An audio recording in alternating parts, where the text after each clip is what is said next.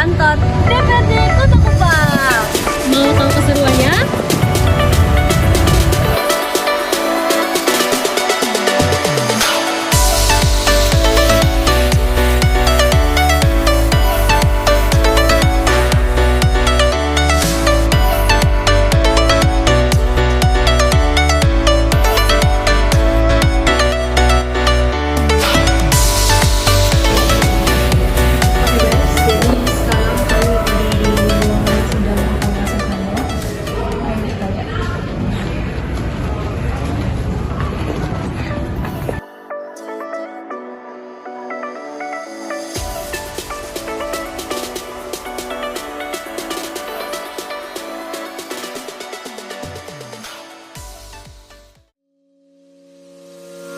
Kesuksesan bagi saya itu adalah bagaimana kita mencapai hal-hal yang kita inginkan, yang kita cita-citakan, dan yang kita perjuangkan.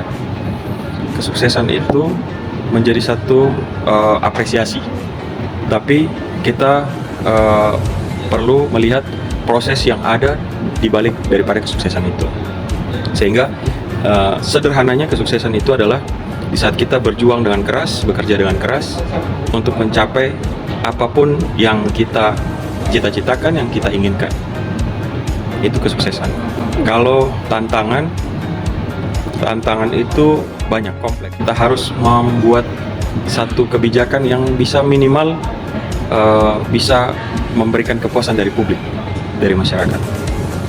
Memang kita tidak bisa membuat semua orang senang dengan kita, tapi kebijakan yang kita ambil itu harus berdasarkan masukan ataupun keluhan daripada masyarakat. Kalau di dalam internal lembaga DPR, banyak hal yang harus kita rangkum. Di sini ada 40 orang. Ada 3 pimpinan DPR, termasuk saya sebagai ketua DPR, yang bertugas untuk memanage atau meng-college. Sederhananya adalah teman-teman dewan menjaring aspirasi di masyarakat, lalu sampai ke sini, saya yang bertugas untuk mengumpulkan dan menjaring aspirasi daripada anggota-anggota dewan untuk kita keluarkan menjadi output program dan kegiatan berdasarkan anggaran-anggaran yang sudah kita setujui dan bahas bersama dengan pemerintah kota. Nah, itu kesulitan-kesulitannya adalah bagaimana kita bisa menyatukan pendapat dari perbedaan partai politik yang ada, perbedaan masalah, identifikasi masalah-masalah yang ada. Nah, itu merupakan tantangan, bukan kesulitan, tantangan bagi kita. Kalau kesulitan ya relatif. Semua hal kalau kita lihat itu sulit, pasti akan sulit untuk kita kerjakan.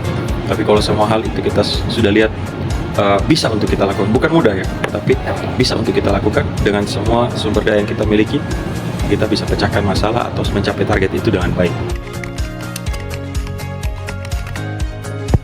Keluarga menurut Bapak Richard memainkan peran yang sangat penting dalam perjalanan politik Bapak Richard Ojah. Dukungan kasih sayang dan motivasi dari orang-orang terdekatnya memberikan semangat yang tak ternilai. Doa dan dorongan dari keluarga menjadi sumber kekuatan yang membantunya menghadapi berbagai tantangan di dunia politik. Dukungan dari Partai Gerindra juga sangat berarti bagi Bapak ketika menerima SK dari Ketua Umum Partai yang saat ini menjadi Presiden Indonesia, Bapak Prabowo Subianto. Beliau mendapatkan pesan yang mendalam, jalankan tugas dengan baik dan jangan membuat orang susah.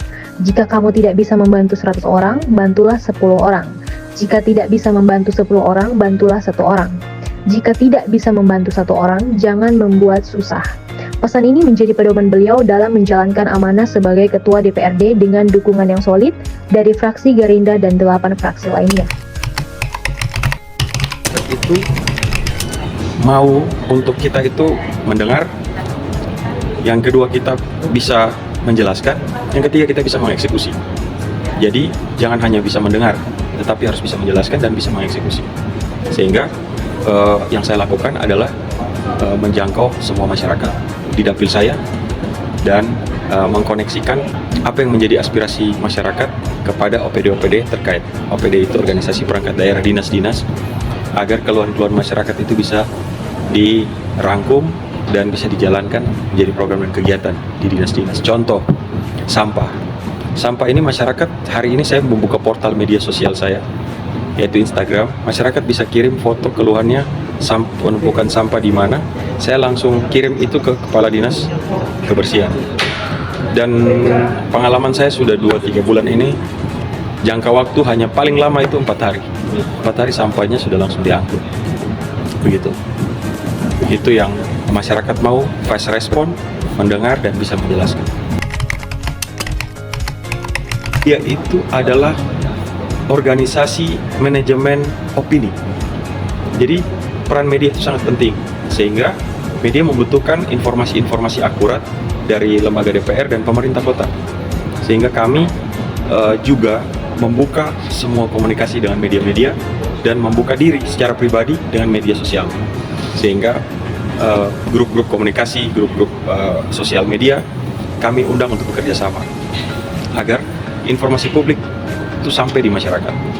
Karena masyarakat punya hak untuk menerima informasi publik. Masyarakat setelah memilih kita, masyarakat butuh apa progres kerja yang dilakukan oleh DPRD Kota Kupang.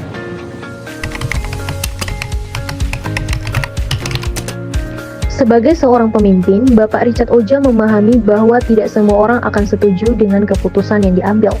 Menjadi pusat perhatian publik berarti harus siap menerima kritik. Bapak Richard percaya bahwa kritik adalah tanda bahwa kita sedang berusaha dan bekerja. Beliau sangat terbuka terhadap masukan baik dari masyarakat maupun mahasiswa.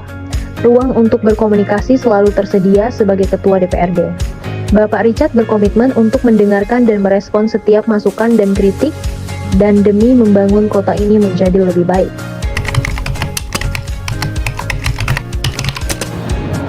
Pengalaman paling berkesan adalah di saat kita turun ke masyarakat dan kita bersidang. Jadi, karena masyarakat Kota Kupang itu kan banyak hal, kompleks, apalagi kita ibu kota provinsi, yang mana tidak mungkin kecamatan A sama persoalannya dengan kecamatan yang lainnya. Sehingga ada hal-hal yang memang kadang kita setiap kali turun ke lapangan, karena kita dikritik habis-habisan, bahkan kesalahan yang bukan menjadi tanggung jawab kita pun dikritik habis-habisan. Nah, itu hal-hal menarik sebenarnya. Jadi saya itu menilai sebuah hal menarik itu berawal dari sebuah tantangan. Hal itu menjadi menarik karena itu merupakan hal yang harus saya upayakan, harus sebuah tantangan yang harus saya pecahkan. Kalau biasa-biasa saja tidak menarik. Nah, kalau terkait menghadapi persidangan, banyak hal menarik sebenarnya. Jadi sebenarnya menjadi seorang anggota DPR itu kalau kita menjalankan dengan passion, itu sebenarnya fun, mengasihkan. Politik itu seni dalam mengolah kata, seni dalam mengkolaborasikan kita punya pemikiran, keputusan politik, dan juga keluhan masyarakat. Begitu. Politik itu seni dalam memainkan peran untuk bekerja di dalam masyarakat.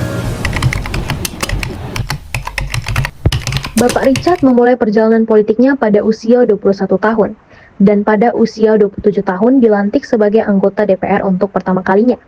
Kini, di usia 33 tahun, beliau menjabat sebagai Ketua DPR, menjadikannya Ketua DPR termuda di Indonesia.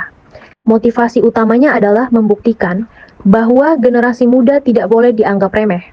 Meskipun memimpin lembaga dengan 40 anggota dewan dari berbagai partai, termasuk banyak senior, Bapak Richard menyadari pentingnya belajar dari pengalaman mereka. Beliau menekankan 4 poin penting sebagai kunci kesuksesan generasi muda. Pertama, komitmen untuk bekerja keras. Menurutnya, kesuksesan tidak datang dengan mudah atau melalui kenyamanan. Kita harus siap bertarung dalam setiap pekerjaan yang dilakukan. Kedua, perluas jaringan. Bapak Richard percaya bahwa bekerja sama dan menjalin hubungan baik dengan banyak orang dapat membuka peluang yang lebih besar. Ia juga mengingatkan agar kita melupakan kesalahan orang lain dan lebih fokus pada kebaikan mereka. Ketiga, loyalitas terhadap lembaga. Mandat yang diberikan dan masyarakat yang telah mempercayakan suara, loyalitas menjadi dasar integritas dalam menjalankan tugas. Keempat, keterbukaan terhadap pengalaman baru. Beliau mengajak generasi muda untuk tidak menutup diri, tetapi aktif dalam organisasi, berkenalan dengan banyak orang, dan memiliki sudut pandang yang lebih luas. Bapak Richard juga mengingatkan untuk tidak takut menghadapi tantangan, karena di balik setiap tantangan pasti ada peluang untuk meraih kesuksesan. Jika menghadapi rintangan, jangan pernah merasa tidak mampu atau menyerah, karena bisa jadi di depan terdapat prestasi besar yang menanti.